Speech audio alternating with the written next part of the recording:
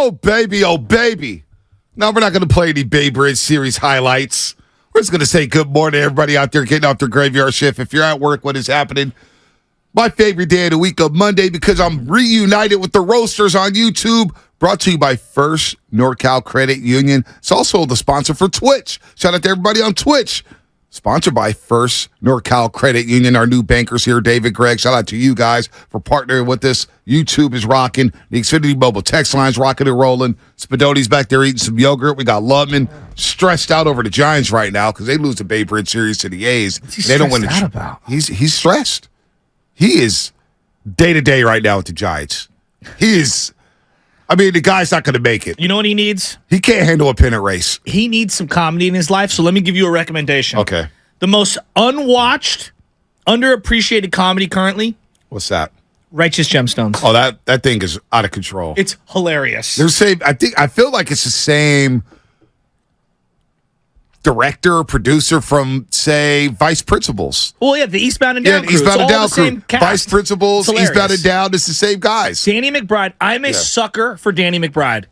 That's all I'm going to say. And look, I'm a Catholic, okay? So I can make fun of my own. That show's out of control. It is John Candy. hilarious. John Candy's in it. He's out. He's It's not John Candy. John Candy passed No, away. John Goodman. Excuse me, John yes, Goodman. Yes, he's John Goodman. Eli Gemstone. Yeah, no, he's out of control. Lubman, do me a favor.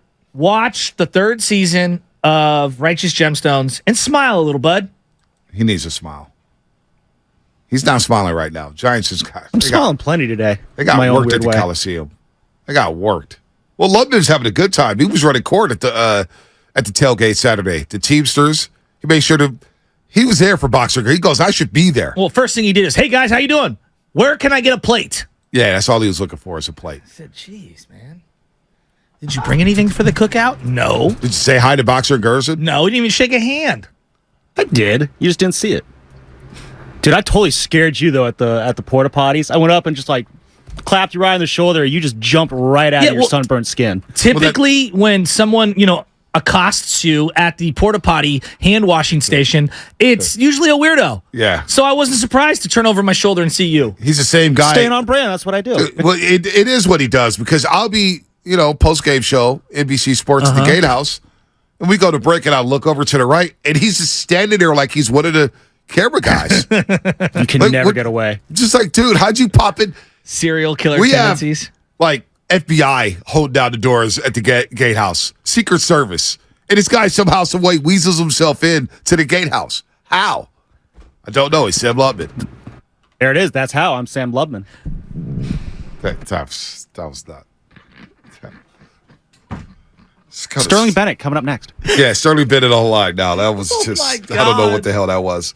We have created a monster. Yeah, we have created a monster. We're doing it with Sterling Bennet as well. We've called him the unofficial official 49ers reporter for the Morning Roast. We're milking. Next week, Sterling's going to be asking for pay.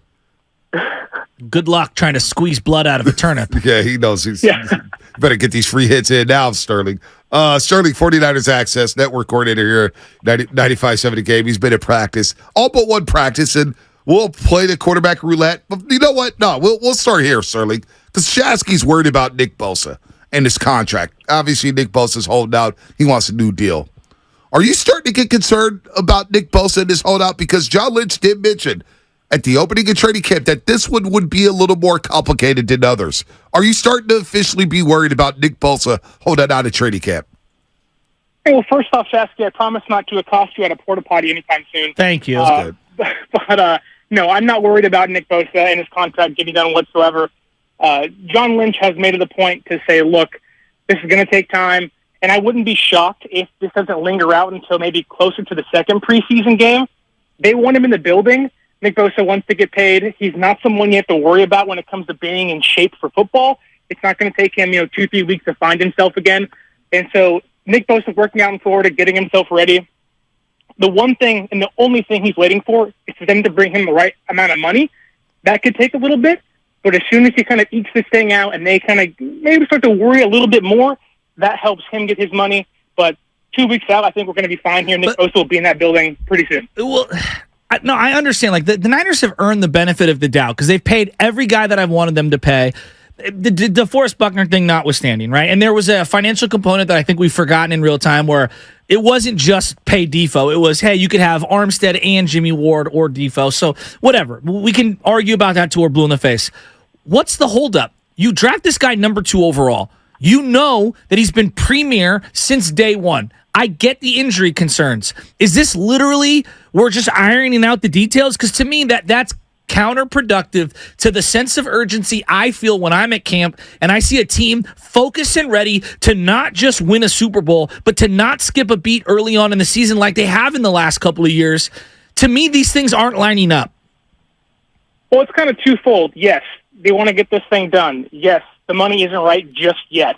But as Nick Bosa sits on the sideline in Florida and they await him to sign his contract, whatever that money value is, it also gives them a chance to see guys like Drake Jackson and Clelin Ferrell and Austin Bryant and even Taco Charlton, guys who they're uncertain about just yet. And like Justin Houston signed yesterday, fans on Twitter were, oh my goodness, how come we didn't go sign that guy? Because San Francisco is trying to figure out what they have in-house first. And I know it stinks to not have Nick Bosa there, but him not being there actually might help them in a week or so, simply because they can see what they have in-house first. But with Nick Bosa, this thing comes down to he knows what he wants to get paid, the highest paid defensive player of all time. And I think San Francisco is doing a nickel and dime, hey, money pinching here, money pinching there. And Nick Bosa is sitting back saying, no, that's not going to work on me. Pay me what I'm worth or I'm not coming to camp. And in 2 weeks when he's still not there, they're going to have to pay up big time for him. He'll go, yep, got what I wanted. Now let's go out there and win a championship. What about the other guys you just mentioned, Drake Jackson, Clelin Ferrell, and Kerry Hyder Jr., because they'll be watched a lot this season because we know if and when Nick Bosa does play with the Niners, he's going to see a lot of doubles. Why not? Javon Hargrave inside is probably going to see a lot of doubles, leaving Eric Armstead possibly one-on-one and that other edge rusher. So who's in that lead for that starting edge rushing job? Taco Charlton, I heard, made a few plays over the weekend here. What have you seen from the opposite edge rusher, opposite of Nick Bosa here, Sterling?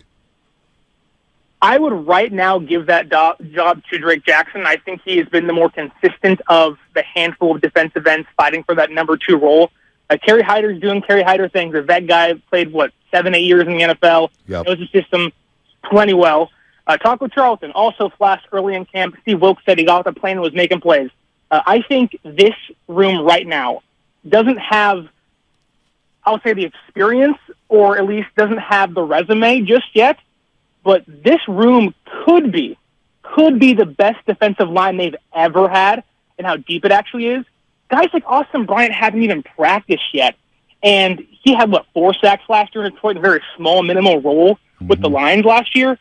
If you put Nick Bosa back in this lineup, guys like Drake Jackson and Ferrell and Taco Charlton and even Austin Bryant, Robert Gill Jr., right? These guys are going to flourish. And I don't think it really matters who's next to Nick Bosa, because whoever's over there, their job is going to be one of the easiest in the NFL. Okay. All right. Well, let's get to the quarterbacks, and I'm not going to ask you who looks good, who doesn't, because I think there's a way we can do this. Let's rat-a-tat-tat these. What's one thing positive and one thing negative you've seen from Brock Purdy?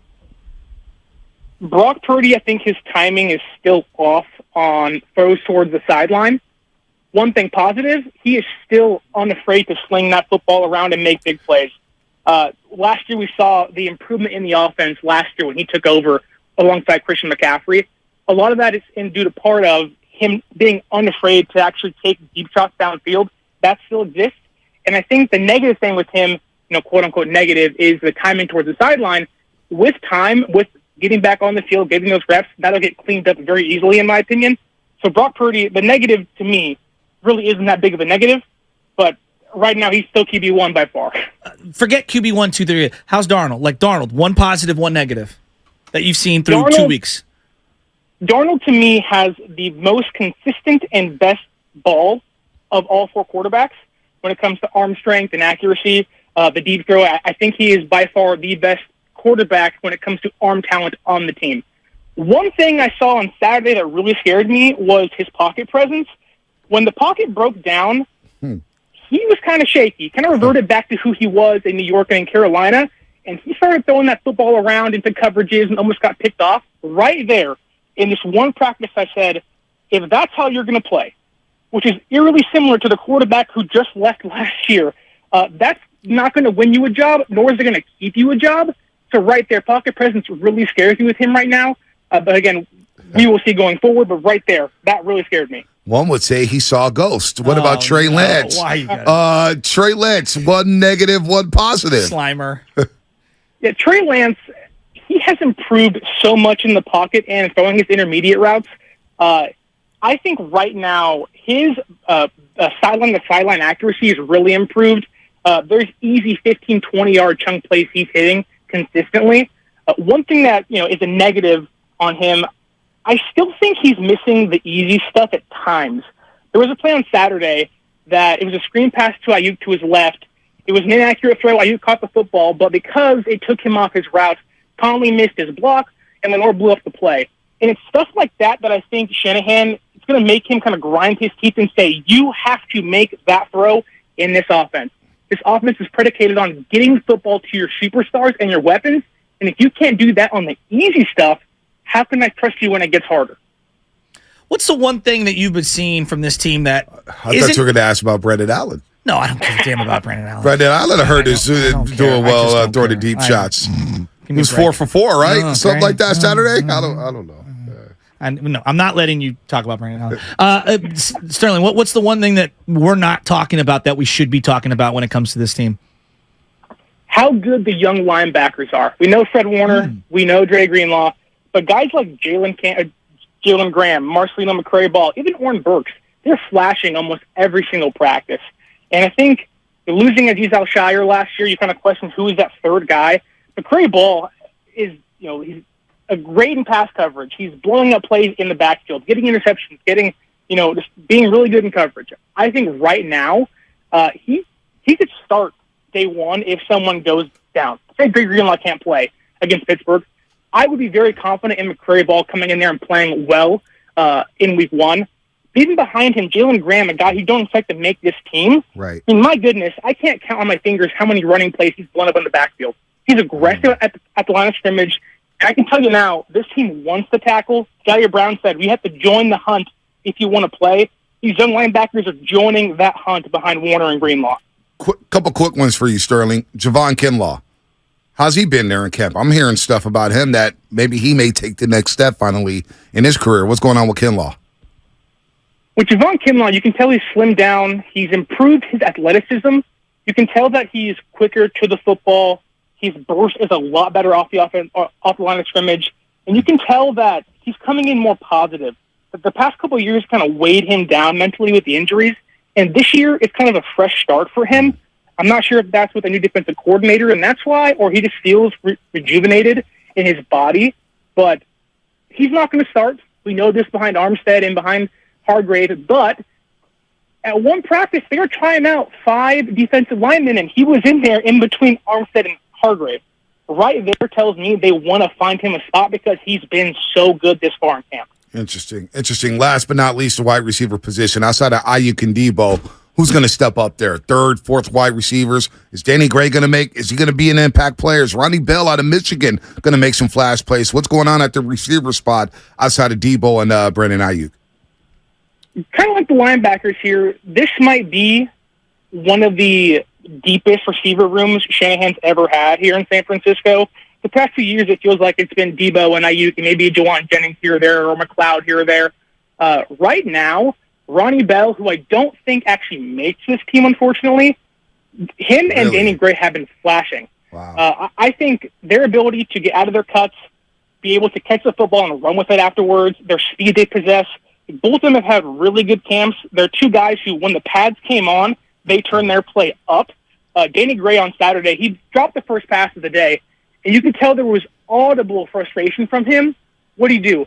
Came back, made a diving catch on a comebacker. You can tell there was growth in these guys as soon as they keep playing more and more, and they both possess things that other guys don't. Danny Gray, the speed. Ronnie Bell, this possession kind of quick-cut guy that can get you in and out of cuts really fast. Again, I don't think Bell makes this team right now because McLeod and Jennings and Gray are still there having better camps than him, but the young receivers have a lot of promise in San Francisco right now. All right, Sterling. Good stuff Great as stuff. always, Great man. stuff. Good stuff. We'll have you on later in the week. Practice today, right? Practice today and practice tomorrow before they head up to Vegas. Are you going out to Vegas, Sterling? No. I have to work on Friday at the station. Damn. Maybe we'll go down there to Vegas. Get Sterling out there to Vegas, Dehegan. He's doing a great job. Good stuff, Sterling. We'll talk to you later in the week. Thanks, guys. Anytime. Sterling Bennet, 49ers Access. We can't even get the air Network conditioning coordinator. proper here in the studio. You think they're going to send Sterling to Vegas?